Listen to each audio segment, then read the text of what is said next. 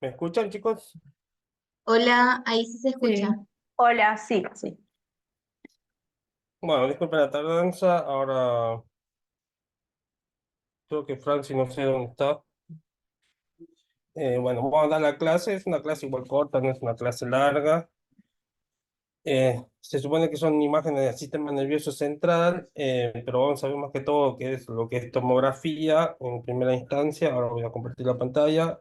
Una clase corta de 15 20 minutos para que ustedes tengan un valor pronóstico en los pacientes y puedan, digamos, diferenciar lo que son las hipodensidades sobre las hiperdensidades en la tomografía y, bueno, les sirva más que todo en el área práctica cuando vean una tomografía. Veamos. Me avisa si se ve las diapositivas. Sí, Muy bien. Bueno, como les dije, esta clase va a ser sobre tomografía. Más que todo, abocada más que todo para que ustedes puedan diferenciar y un poquito de anatomía para que vean la diferencia entre una tomografía normal y una tomografía patológica y el tema de resonancia magnética lo vamos a dejar para otras circunstancias, pero bueno, sepan que la tomografía es ahora lo que se está utilizando mayormente porque es lo que se encuentra mayormente en los centros, más que una resonancia que tiene un poco más, menos complicaciones, pero bueno, se tiene que hacer con mucho más tiempo, ¿no? Las tomoras, cualquier cosa van preguntando dentro de la clase o al final, si tienen alguna duda, me preguntan. Eh, Vamos a ver, supongo. Listo. La tomografía, como saben, es una tomografía axial computarizada. Es un método imagenológico de diagnóstico médico que permite observar el interior del cuerpo humano a través de cortes milimétricos transversales al eje central caudal mediante la utilización de rayos X. Generalmente los equipos antiguos medían sobre un milímetro y actualmente los nuevos tomógrafos que son de última generación están haciendo cortes mucho más finos entre 0,5 y 0,3 milímetros. La tomografía también combina el uso de rayos X con el análisis computarizado de las imágenes. Los rayos se transmiten desde un dispositivo de rotación hasta el área del interés del cuerpo del paciente desde diferentes ángulos de proyecciones para obtener imágenes que luego se ensamblan por ordenar creando una imagen tridimensional de la zona en estudio. La mesa se mueve en pequeños sistemas programados y cada vez que se detiene lanza unas rayos X. Para que nosotros podamos entender el tema de las densidades o de los colores en tema de la tomografía, tenemos que hablar sobre las unidades de Hounsfield.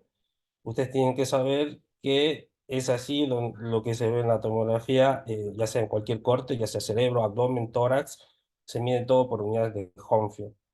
Todo lo que tenga que ver con aire, quiere decir que está -1000 de las unidades de Hounsfield, que sería el aire. ¿Alguna vez ustedes vieron una tomografía? Se ve de color negro. Todo lo que tenga que ver con huesos, materiales quirúrgicos y todo eso se ve blanco y está en +100 de las unidades de Hounsfield. La agua el agua en realidad es algo intermedio entre algo negro y algo blanco, entre la hipodensidad y la hiperdensidad, y está en 0 de las unidades de Hounsfield. El cerebro, más o menos, está entre -100 y +100 unidades de Hounsfield, y nosotros hablamos,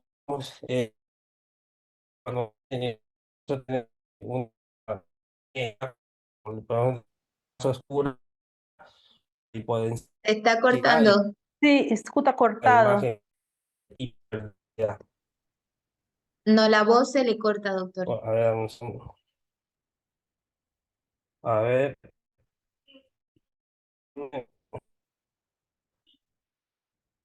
¿Ahora me escuchan bien? Sí, ahora sí.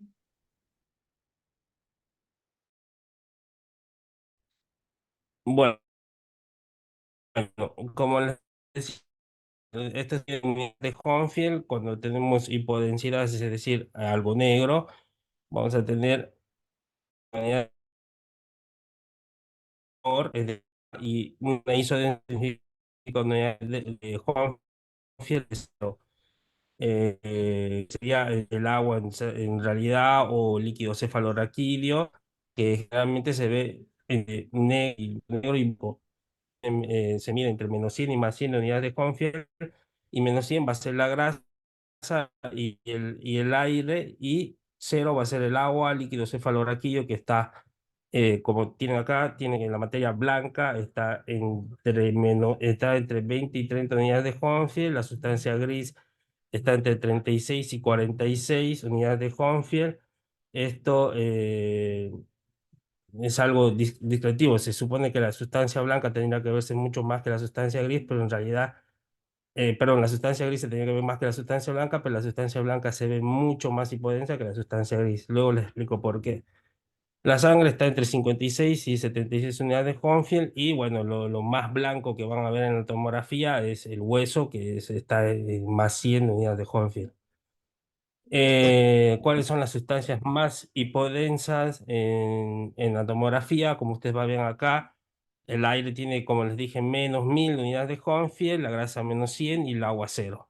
Y el líquido cefalorraquídeo se va a ver negro y tiene una unidad de Hohenfield más o menos de +15. No se ve ni tan negro, pero sí se ve un poquito más blanco. Acá, como ven la imagen, es una tomografía axial computarizada del cerebro en su corte axial. Acá donde ven, estos son los senos mastoideos que están llenos de aire y se va a ver negro. Acá tienen la grasa retroocular, que se ve un poquitito más blanco, no tan negro como el aire. Esto igual es muy sustancial. Ustedes, cuando ven una tomografía, eh, para diferenciar el tipo de las densidades, tienen que ver muchas tomografías para que ustedes puedan más o menos diferenciar entre algo de unidad Hohenfield entre -10 +10, porque realmente es casi imposible ver si es tan negro o un poquito más gris. Luego acá, como les decía, el líquido cefalorraquídeo igual se ve un poquito negro, no tan negro como acá, que se ve el aire que es acá en los senos mastoideos. Y bueno, acá tenés el líquido cefalorraquídeo que pasa por los ventrículos. Las imágenes, un poquito, como les decía, la sustancia blanca es más hipodensa, es decir, un poquito más oscura, por la gran cantidad de grasa que presenta la mielina de los axones neurales, y la sustancia gris es un poquito más blanca. Esto es cuando ustedes ven acá, si ven el puntero, ¿no, chicos? Sí. En el Sí. puntero, bueno, esta imagen que ustedes ven acá, que es un poquito más oscura, es la sustancia blanca, y al costado van a ver ustedes un poquito más blanco, que es la sustancia gris. Esto es una diferencia, por lo que decía, por la gran cantidad de grasa que tiene la sustancia blanca. Y si ustedes ven acá, entre las unidades de Hohenfield, la sustancia blanca tiene de 20 menos 30, de 20 a 30, perdón, y la gris tiene de 36 a 46. Acá, cuando vemos cuál es lo más hiperdenso que se encuentra en la tomografía de cerebro, si ustedes se dan cuenta, acá tenemos los senos coroideos, que se ven blancos, que siempre generalmente se ven calcificados, y el calcio sí se ve blanco en una tomografía. La sangre como tal tiene entre 56 y 76 unidades de Hohenfield y se ve en blanca. Este es un corte igual axial. Ahora vamos a hablar de los cortes. La sangre se ve blanca. Este es una hemorragia subarachnoidea que, bueno, que contiene acá sangre. Y si bajaríamos un poquito más la tomografía, tal vez veríamos un poquito de volcado ventricular, que lo vemos. Los materiales quirúrgicos, igual como el metal y todo eso, se ve igual de forma blanca, y siempre tienen que tener en cuenta con los materiales quirúrgicos, porque los quirúrgicos siempre hacen artefactos en las tomografías, y podemos tener un error con todo esto. El medio de contraste acá, si ustedes ven, el medio de contraste que es yodado, cuando pasa por la tomografía, se ve directamente en las arterias o en las venas, depende de dónde quieren pasar el contraste, van a verlo igual en todo, en tono blanco, Ah, es mas decir, essa de agora não é para deixar mal. hiperdenso. Bueno, a todo esto, ¿cuáles son las indicaciones de la tomografía computada?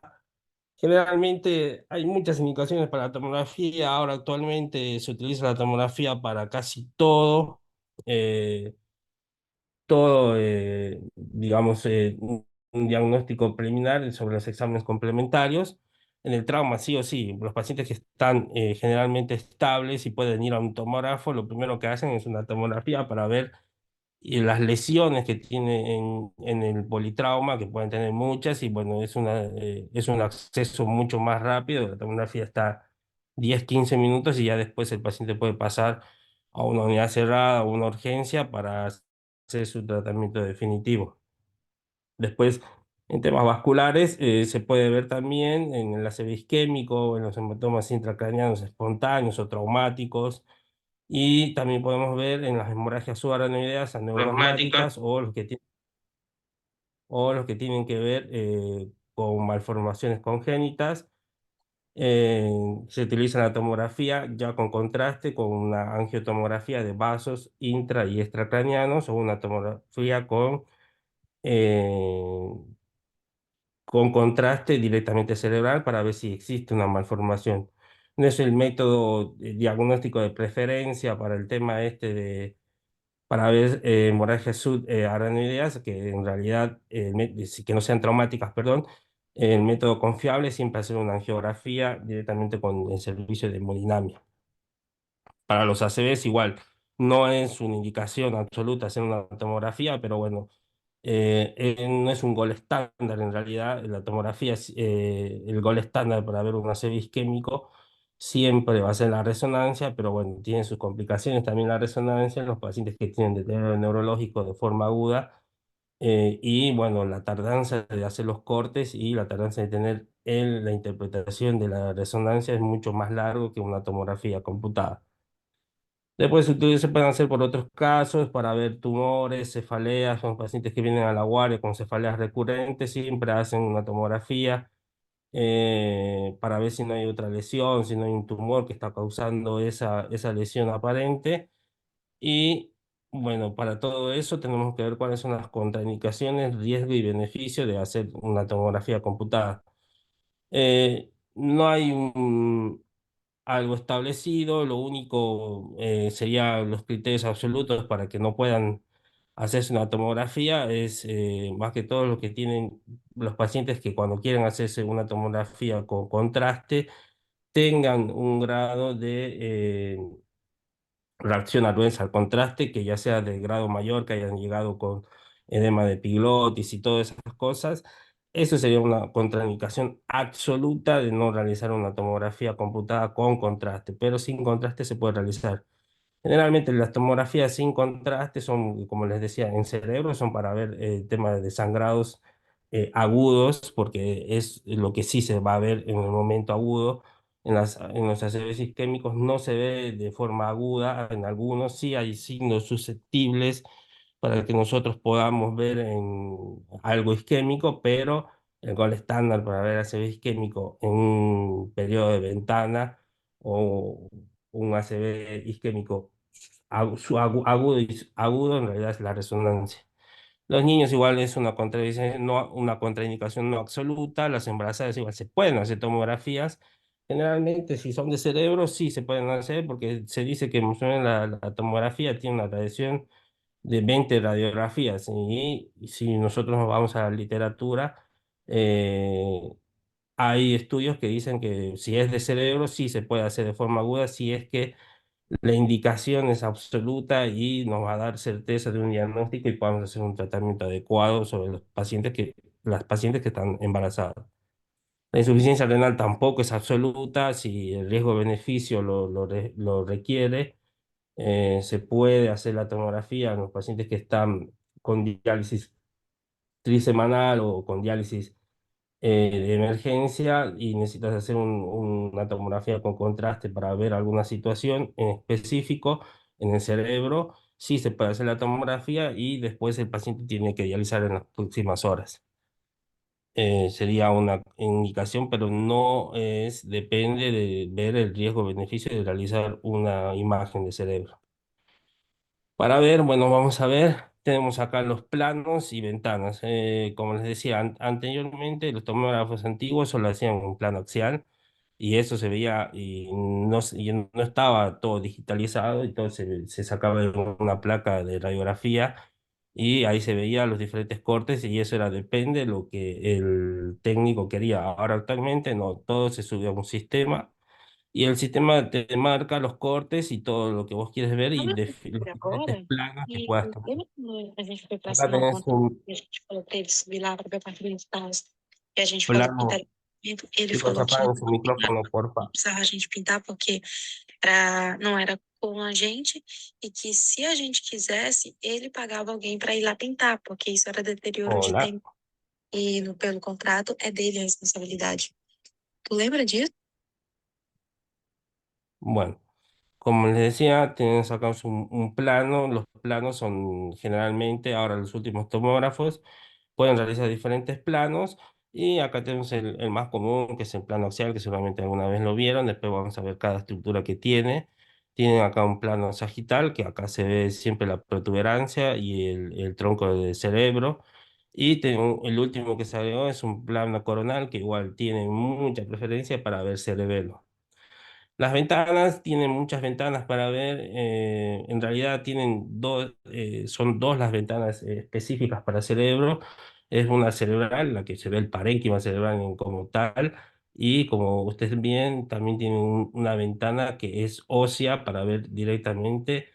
Se aboca directamente a la parte ósea de la bóveda craneana, y puede hacerse combinaciones también de estos dos, que son, digamos, dos ventanas entre la cerebral y la ósea, y es una ventana subdural, que es una ventana generalmente que en algunos equipos no lo tienen, pero otros sí. Ustedes pueden ir jugando con el tema de las ventanas y pueden agregándole color, contraste cuando es digitalizada y va hacia una computadora. Y si ustedes se dan cuenta, acá es muy susceptible, hay una imagen subdural chiquitita, que es esta, la de acá, que si ustedes ven en estas ventanas no se puede apreciar, no se puede ver, pero con esta subdural y viéndola bien, en esta ventana sí se puede ver un subdural chiquitito, subagudo, que puede estar causando síntomas. Luego, para ver, O sea, las ventanas serían como tipos de tomografías. Ok. no, las ventanas, cuando vos sacas una tomografía, la tomografía te hace primero un planeo completo del cerebro, y después vos puedes ir jugando con el contraste. Las ventanas son como contrastes, nada más. Ah, Contrastes ok. en el color de la tomografía. Ok, utilizas en todas el mismo tipo de contraste, pero se va a ver distinto si es una ventana Claro, cerebral o... claro, no es un contraste que vos lo pones en novenos, es un contraste que ya tiene el equipo y el software, que entre vos vas poniendo más color, vas haciéndole más, como decir, más negro, más contraste hacia la imagen, y después vas vos viendo qué ventana te favorece. Generalmente, generalmente los equipos ya vienen con algo predicho, y vos haces clip y pones una ventana cerebral y te va a aparecer esta ventana donde vos puedes visualizar el parénquima cerebral, y después puedes hacer otro clic y poner una ventana ósea donde generalmente se ve solo la parte de la parte ósea, digamos, es decir, toda la parte de la bóveda craneana en los huesos. Y esta es una combinación de estas dos, es decir, es el color de entre la cerebral y la ósea, y es una ventana prácticamente intermedia entre las dos, que vos lo puedes hacer. Hay algunos softwares que lo tienen incorporado, y hay algunos equipos que no lo tienen incorporado, pero vos puedes ir jugando con el contraste y hacer esta ventana sin necesidad de tener el software. Entonces, a depender de la patología que tenga el paciente, no sé si es una fractura, puedo pedir algo, una ventana ósea específicamente, o no. Claro, no, vos si querés, hay otros equipos que son mucho más nuevos, y vos puedes pedir hasta reconstrucción ósea del cerebro, ¿entiendes? Depende de la calidad del equipo que vos tengas. Vos le pedís por ejemplo, una tomografía de cerebro simple, pero con reconstrucción ósea, y el equipo te marca, es decir, hace cortes mucho más milimétricos y comienza a reconstruir tridimensionalmente la parte ósea. Eso depende del Ah, equipo que ok. ustedes tengan en el lugar donde estén trabajando, digamos. Hay algunos equipos que son nuevos y pueden hacer las reconstrucciones y ustedes pueden ver en tridimensional, en 3D, toda la parte ósea y ahí pueden visualizar mucho mejor las fracturas, por ejemplo. Te doy un ejemplo. Y las ventanas entonces son contraste que puedo aplicar en los planos que pido la En tomografía, por cualquier ejemplo. plano que vos pidas, puedes hacer cualquier ventana. Ah, perfecto. Bueno, gracias. ¿Hay alguna duda de esto? Se entendió perfecto. Listo. Después tenemos que pasar a lo que es la anatomía. Este es un corte de una tomografía que es de un plano axial, perdón. Y acá tenemos el tronco encefálico, que es algo mucho más abajo. Es decir, cuando nosotros comenzamos a ver la tomografía, lo primero que tenemos que ver es este plano que se ve el tronco encefálico. Si ustedes ven acá, este es el tronco encefálico. Acá ustedes en la parte verde que ven acá remarcada, este es el acueducto de Silvio y lo rojo que está aquí tienen perdón, en el verde tienen el acueducto de Silvio y el cuarto ventrículo y en el rojo que ustedes ven son las cisternas supracelares de forma de estrella de 5 puntas y ustedes se van a ver acá tiene una, dos, tres, cuatro y esta es la quinta la que va hacia arriba y esto está lleno igual de líquido cefalorraquídeo. Después, en lo que tiene esto de azul, tiene acá las prolongaciones temporales de los ventrículos laterales, y este vendría a ser el acueducto de Silvio, que aquí por acá pasa el líquido cefalorraquídeo, y esta abertura, este es un poquitito, un corte un poco más arriba, cuando ustedes van bajando la ruedita o van bajando el corte por corte, este es un corte un poquito más arriba, y este es el corte más bajo que ustedes pueden ver, y van a ver acá el cuarto ventrículo. Eh, Después, si ustedes quieren ver, tienen que verlos, después van subiendo y van a ver los ganglios de la base, que son estas dos protuberancias que ven acá, esta de acá y esta de acá, con sus estructuras que tienen acá. Esta, la de rojo, son las astas frontales del ventrículo lateral. Acá, como ustedes ven un corte un poco más arriba, van a ver el tercer ventrículo, que si ustedes bajan, se tiene que comunicar con el cuarto ventrículo por el acueducto de Silvio. Eh, Luego ustedes tienen acá en la parte que es una forma de sonrisa, la cisterna cuadrigeminal de forma, como les decía, de forma de sonrisa. Y ustedes, estas estructuras que ustedes van viendo, cada una, si encuentran alguna patología, alguna isquemia o algo, va a generar algún tipo de clínica, depende de dónde esté ubicado la patología de base, ya sea un sangrado, una isquemia o algo va a generar algún tipo de clínica. Va igual, más adelante vamos a ir viendo un poco de la clínica y todo esto depende de dónde está situado la patología. Cuando separamos solo el ganglio de la base, que es la parte más importante de este corte axial, vemos acá, si ustedes van viendo que les dije que son estas dos protuberancias que ustedes ven acá, estos son los ganglios de la base. Cuando separamos un solo ganglio de la base, tenemos igual partes. Acá tenemos con la que dice uno es cabeza de núcleo caudado, el 2 es el núcleo lenticular, el 3 acá que es el tálamo, y acá tienen las cisternas silvianas, que es igual la cisterna donde pasa líquido cefalorraquídeo, y por eso ustedes lo ven un poquito más hipodenso o bueno, más negro. Eh, Acá igual en el corte de acá de los ganglios de la base es donde nosotros podemos medir una cosa muy importante cuando nosotros tenemos algún tipo de isquemia o algún sangrado importante que ustedes, eh, denme un segundito que ahora, me esperan un segundo chicos, ahora vengo.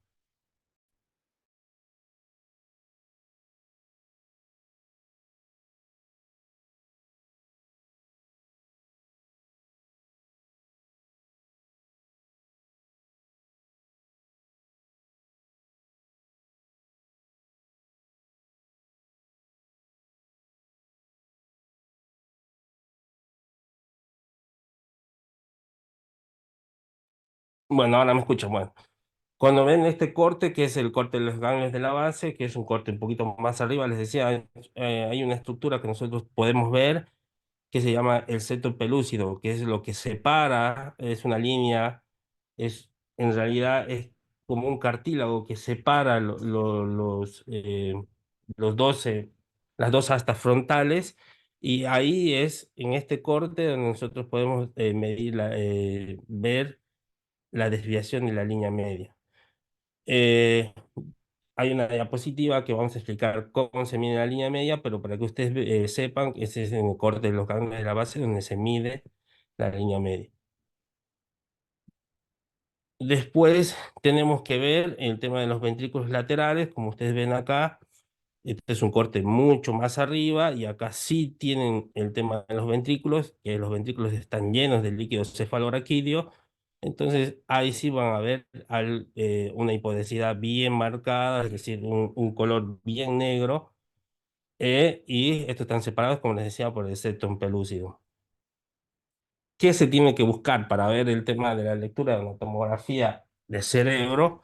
Este es un algoritmo que siempre se utiliza para ver el tema este de tomografías, y se dice que se tiene que buscar primero las asimetrías, bloque sangre, C, que es un cerebro, es decir, el parénquima, líquido cefalorraquídeo, perdón, y bueno, al último recién se revisa el tema del cráneo y el macizo facial, es decir, todas las estructuras óseas.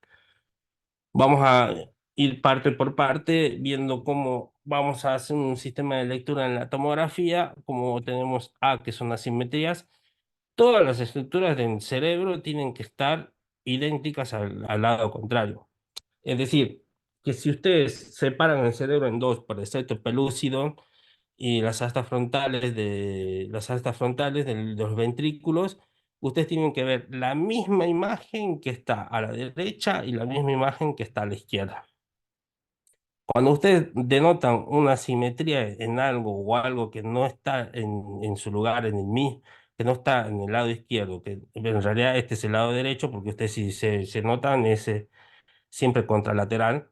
Entonces, si ustedes ven en el lado derecho algo que no tiene el lado izquierdo, entonces quiere decir que tiene una patología, como por ejemplo, acá tiene un hematoma intraparenquimatoso, que este es del lado izquierdo, que hace si ustedes ven acá un poquito más hipodenso, ese es el edema del sangrado que tiene acá, y provoca un poquitito de desviación de línea media, y también provoca que no se visualice las astas frontales.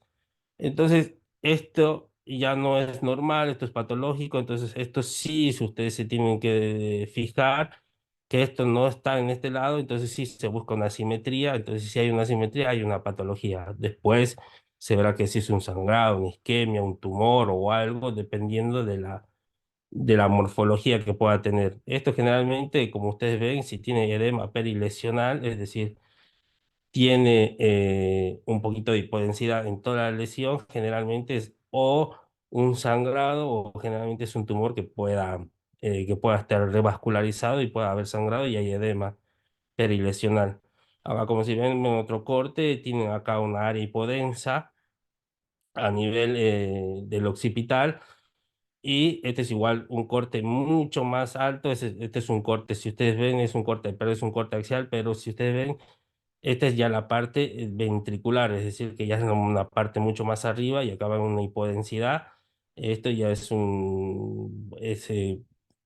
prometedor de que sea un ACV de tipo isquémico, que en este lado no lo tiene, ¿no? Luego, sangre. Como les decía, la sangre se ve de color blanco. Lo que ustedes tienen que ver es, como les decía, el tema esto de que las asimetrías, si no hay un lugar, si no hay en el lado derecho lo mismo que en el lado izquierdo, ya es patológico. Y la sangre siempre se va a ver de color blanco, dependiendo de si es agudo, sudagudo o crónico. Si es agudo, se va a ver blanco. Si es sudagudo, se va a ver medio blanco grisáceo.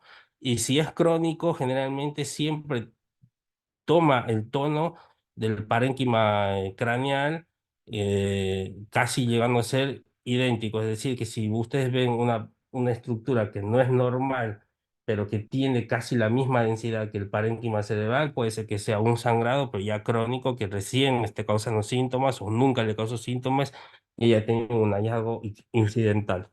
Acá, como ven ustedes, es un hematoma epidural. ¿Cuál es la diferencia entre el hematoma epidural y subdural? ¿Se Uno, acuerdan? uno es más convexo y el otro tiene forma de semiluna. Uno también es Exactamente. arterial y otro es venoso. Exactamente. Generalmente los epidurales son los que son arteriales y son los que son mucho más peligrosos porque sangran y es muy difícil para el sangrado. Generalmente lo hacen si es que tiene síntomas de hipertensión endocraniana. Lo que se hace es hacer una angiografía de emergencia y ver si se puede parar el sangrado. Em, ¿Puedes este es el repetir, por favor, la característica del sangrado epidural, por favor? que es arterial y es convexo. Esa es la característica del epidural. Arterial es un sangrado generalmente arterial, casi el 80% de los epidurales son arteriales y son sangrados importantes que, bueno, si es que no se logra detener el sangrado y hay signos de hipertensión endocraniana, se hace una angiografía de emergencia para ver si se puede parar el sangrado. Los subdurales son en forma de semiluna y generalmente son venosos y hay personas que lo tienen mucho tiempo por tener un golpe en algún momento de su vida, tienen un subdural y vienen solo con cefalea y nunca se hicieron ver. Y después cuando se hace una tomografía de cerebro encuentran un sangrado subdural ya crónico y lo pueden tener y nunca causó síntomas. Son sangrados venosos o sangrados en mapa que van despacio y que no generalmente si es un cerebro complaciente, el sangrado no causa síntomas. Si es un cerebro no complaciente, el sangrado subdural sí puede causar síntomas. Complaciente es decir, que el cerebro pueda contener el sangrado sin causar síntomas y sin alterar una estructura adyacente al sangrado, o decir, edema o cualquier otra cosa, o hacer síntomas de hipertensión endocrinal. Acá, como ustedes ven, es otro sangrado que es subaranoideo. Generalmente los sangrados subaranoideos son sangrados espontáneos, ya sea por malformaciones congénitas o eh,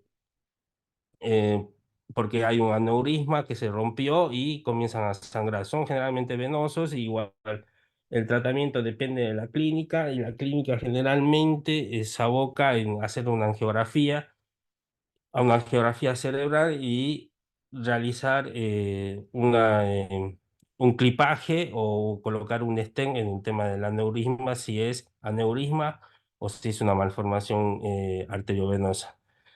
Es igual de color blanco y puede tener volcado ventricular, sí o no. Luego vamos a ver si tiene, vamos a ver una tomografía con volcado.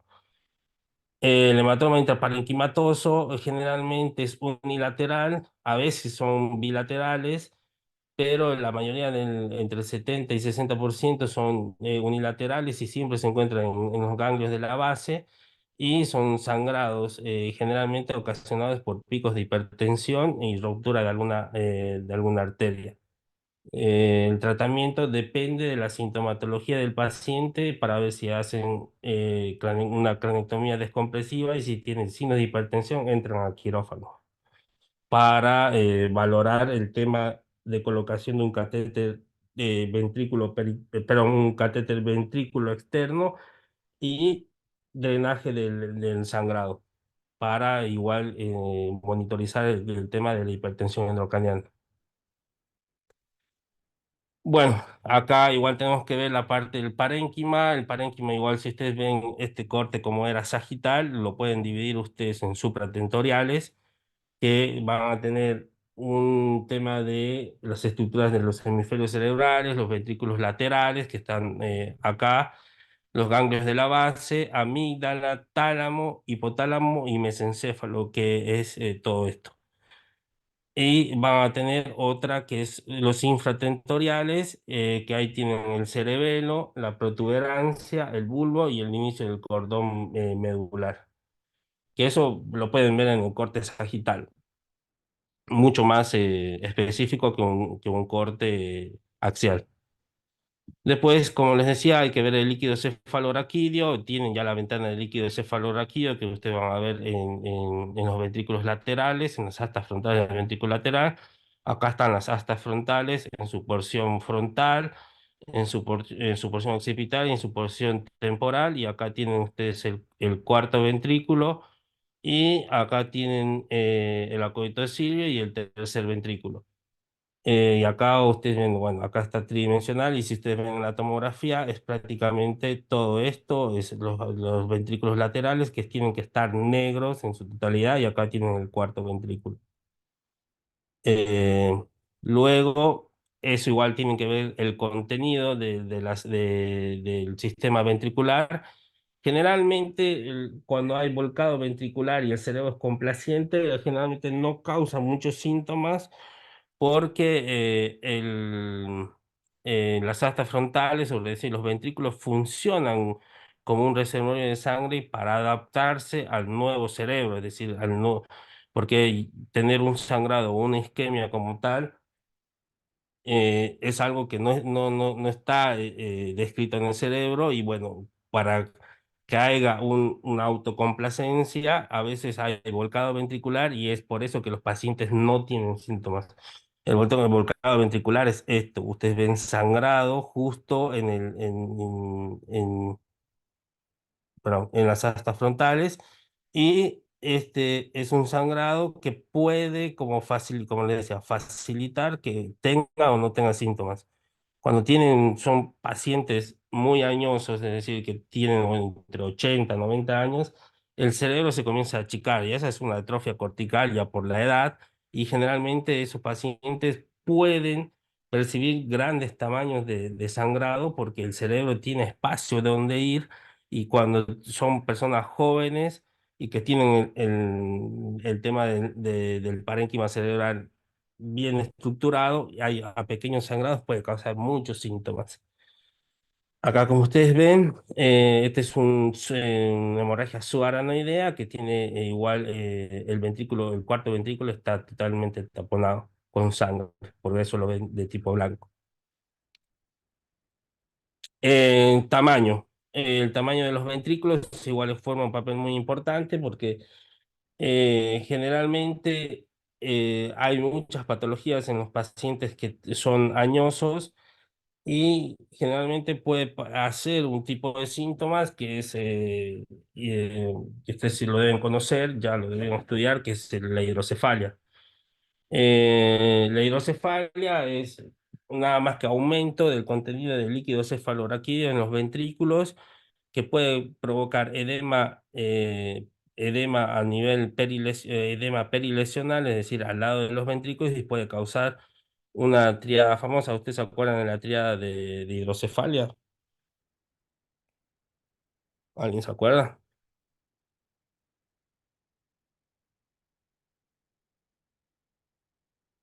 Nadie. Bueno, la triada famosa de la hidrocefalia es, bueno, la incontinencia urinaria, el deterioro sensorio y el tema de alteración en la marcha. Y generalmente en la tomografía nosotros lo podemos evaluar el tema de la hidrocefalia haciendo una escala que se llama Evans, que ustedes ven, en realidad hacen igual una medición.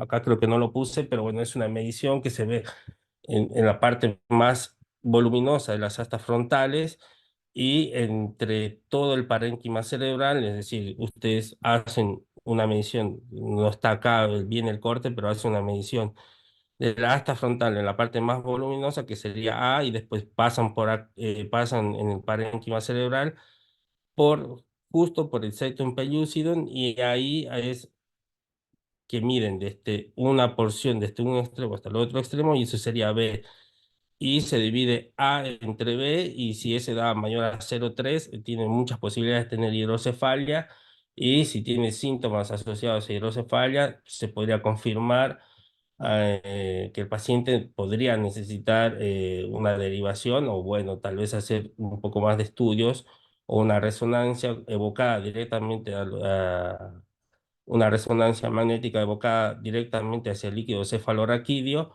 para que ver si hay alguna obstrucción o algo y ver si el paciente va a necesitar una derivación ventrículo peritoneal o ventrículo pericárdica. Eso ya es otra patología que se va de esta clase, pero bueno, generalmente sí se puede medir con ese índice que se llama índice de Evans, tenganlo presente, y si tiene sintomatología de hidrocefalia,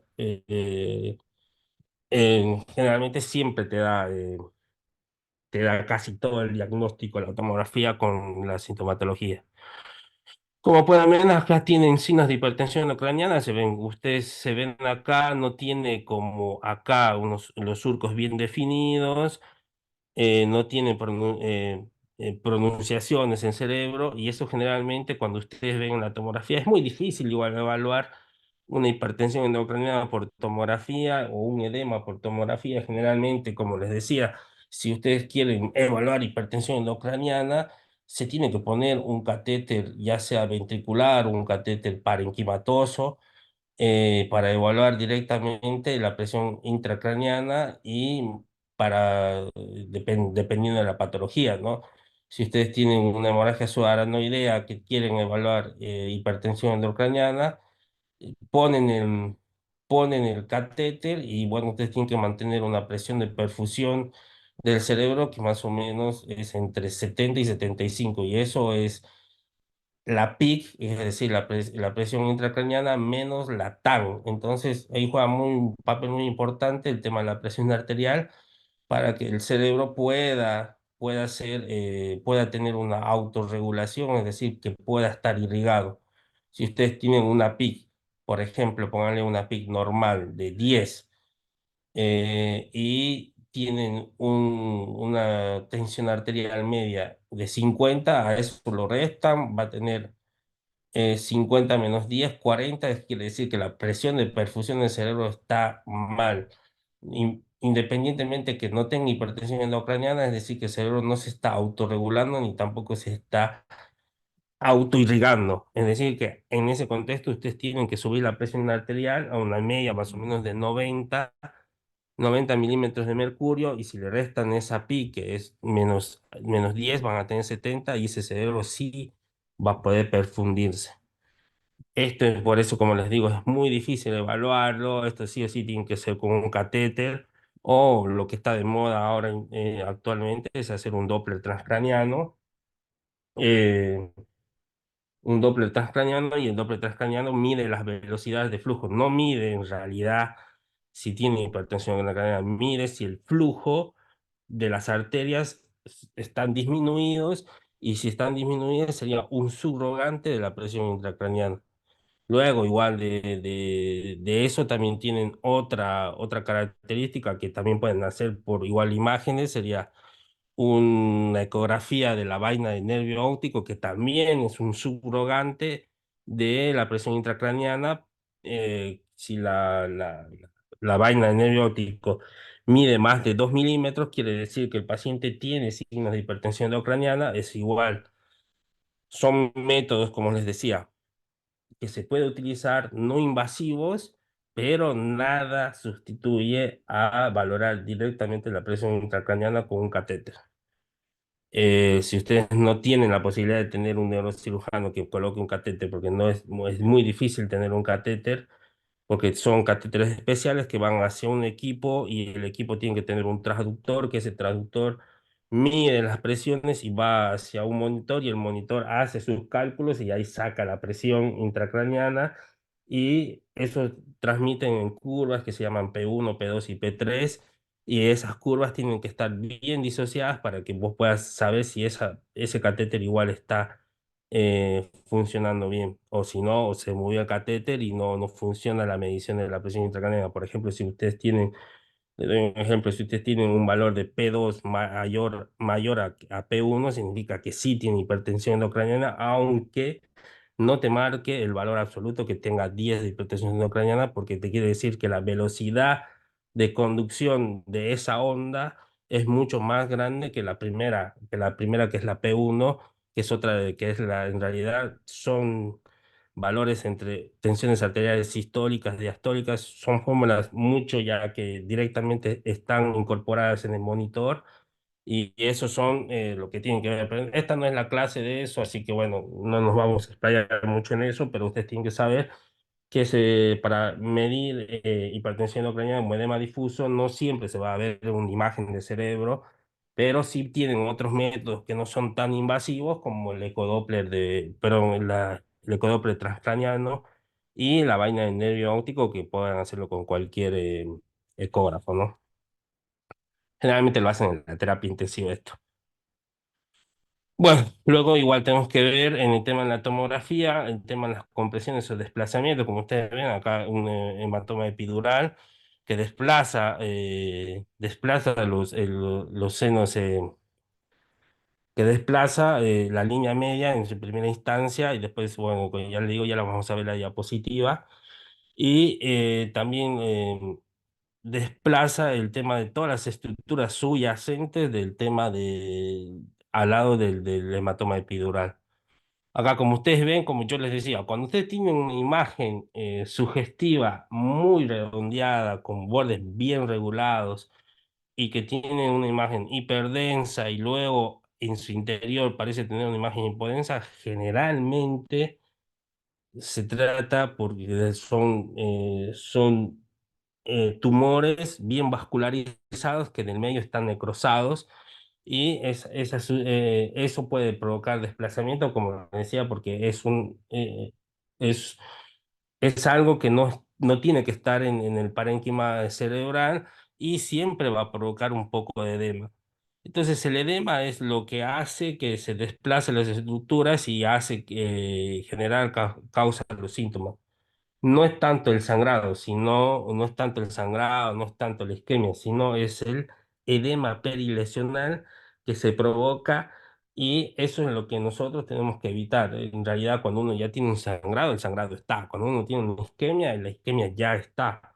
No hay forma de revertir eso, a no ser que llegue un periodo de ventana y pues podamos hacer una revascularización, ya sea con medicamentos o con hemodinamia, pero generalmente los pacientes no llegan a la terapia o bueno, no llegan a la urgencia en un periodo de ventana y lo que pasa es que ya tienen algún grado ya, o ya tienen muchas horas de tener la sintomatología y lo que provoca es que nosotros tengamos que hacer un cuidado secundario a lo que le está pasando. Ya lo primario ya pasó, lo que ya tiene la isquemia ya lo va a tener, no hay forma de revertirlo. Y si es una isquemia, bueno, ya vamos a ir viendo que, bueno, en las siguientes diapositivas vamos a ir viendo más o menos cómo podemos ver el tema de la isquemia. Y bueno, ustedes tienen que saber que el tratamiento de un ACV isquémico ya evolucionado y fuera de periodo de ventana es solo para prevención,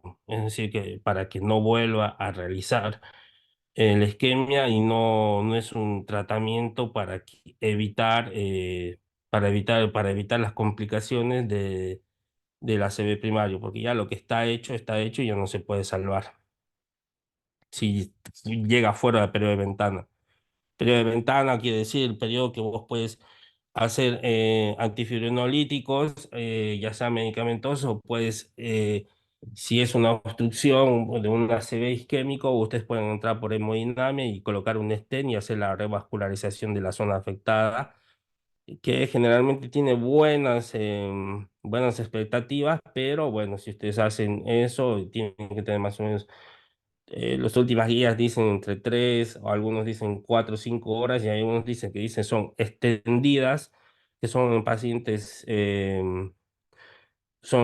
seleccionados que son jóvenes, que tienen generalmente, que vienen con síntomas no tan subjetivos, que tienen una paresia leve y que llegan a un periodo de ventana y que tienen entre 4 o 5 horas, se puede pedir la valoración por hemodinamia para hacer una trombectomía mecánica, es decir, entrar y sacar el coágulo que está tapando la arteria o la arteria que está tapando que está irrigando y está provocando la isquemia. Eh, Luego, bueno, por lo último Doc, tenemos que una ver. consulta.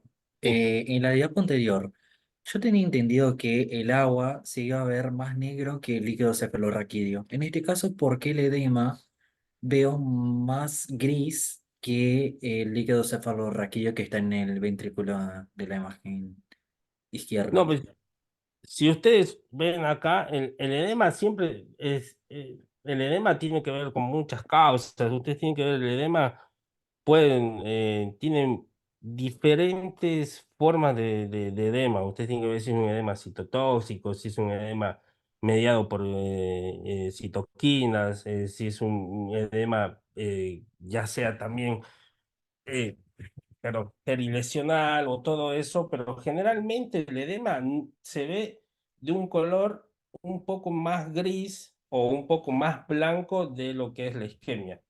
Es decir, si vos ves acá negro, que es esto, esta es la parte interna del tumor, este sería el sangrado, sería la revascularización. No sé si será sangrado o es que está revascularizado el tumor y por eso se ve blanco. Y adentro se ve que ustedes ven algo negro.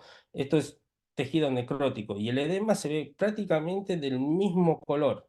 El edema tiene diferentes formas. Si ustedes ven la diapositiva anterior, por ejemplo, este es un edema difuso. Si vos te das cuenta, acá no es una diferenciación, lo que es una diferenciación entre los colores. Si vos ves acá, tienes un poquito de blanco por acá, un poquito de hiperdensidad, un poquito de negro por acá, entonces un poquito de hipodensidad, pero lo que sí eh, caracteriza el edema es que ustedes lo que van a ver es que la estructura hace perder la estructura normal. No es más todo el color, es la estructura, la normalidad que hace perder el edema en todo, porque como les decía, si ustedes tienen una simetría, si ustedes ven acá como estos, son surcos propios de la edad, que algunos tienen surcos pronunciados por el tema de la edad. Si ustedes ven acá un edema, generalmente lo van a ver un poquito más hipodenso, porque tiene unas unidades de Hounsfield un poquito más bajas, igual, casi igual que el líquido cefalorraquídeo, o la sustancia blanca en realidad, van a verlo un poquito más hipodenso, pero va a perder, digamos, la estructura. Eso es lo que tienen que ver con el edema, la estructura como tal. Si pierden ustedes esta visualización de este surco por algo que ustedes no están diferenciando, es que generalmente es edema. Bien, perfecto. Muchas gracias. Doctor, ¿se puede confundir el edema con un sangrado dependiendo si es agudo, subagudo o crónico por el color? No, generalmente, por eso como les digo, si el sangrado siempre va a ser blanco. Si es agudo o sudagudo, va a ser blanco. Sí podrías confundirlo con un sangrado crónico, porque generalmente el sangrado crónico, si pasa muchos meses como los subdurales que les dije que no tienen muchos síntomas, generalmente los pacientes pueden vivir con subdurales. Yo he visto pacientes que tenían 8 o 10 años que no tenían ningún síntoma y cuando llegaban a la guardia, llegaban solo por cefalea, le haces una tomografía y tienen un hematoma subdural ya de larga data y vos le preguntas, haces la anamnesis del paciente y le dices, no, yo me golpeé hace 5 o 6 años atrás, pero lo único que tenía era cefalea. Y esos sangrados sí se acercan mucho al tema del color del parénquima cerebral. Es decir, entre -100 y +100, estaría entre 50, -50, -50, +50, pero sí se ve, como les decía, en realidad no se ve las características normales de un parénquima normal, es decir, no se ve esto. Generalmente un cerebro normal tiene surcos. Si no tiene surcos, o es que hay algo ahí, o ya sea un edema, o ya sea un sangrado crónico, pero generalmente cuando es crónico se asemeja al parénquima, porque esa sangre ya queda directamente ahí en el cerebro y se coagula.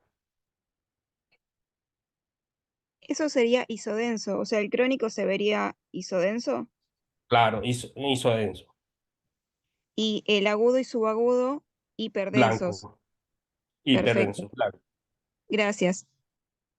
Se vería como esto, generalmente se ve como las estructuras óseas.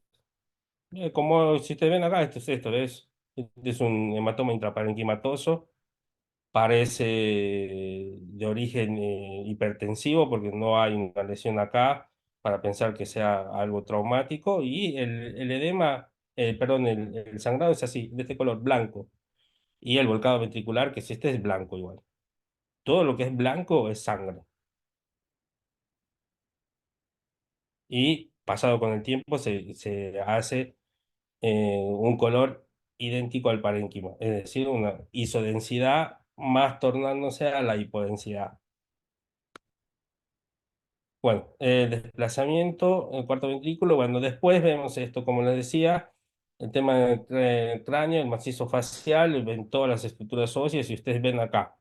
Esta es una tomografía axial que ustedes tienen acá el corte axial y tienen la ventana cerebral, porque ustedes están viendo acá el parénquima bien definido.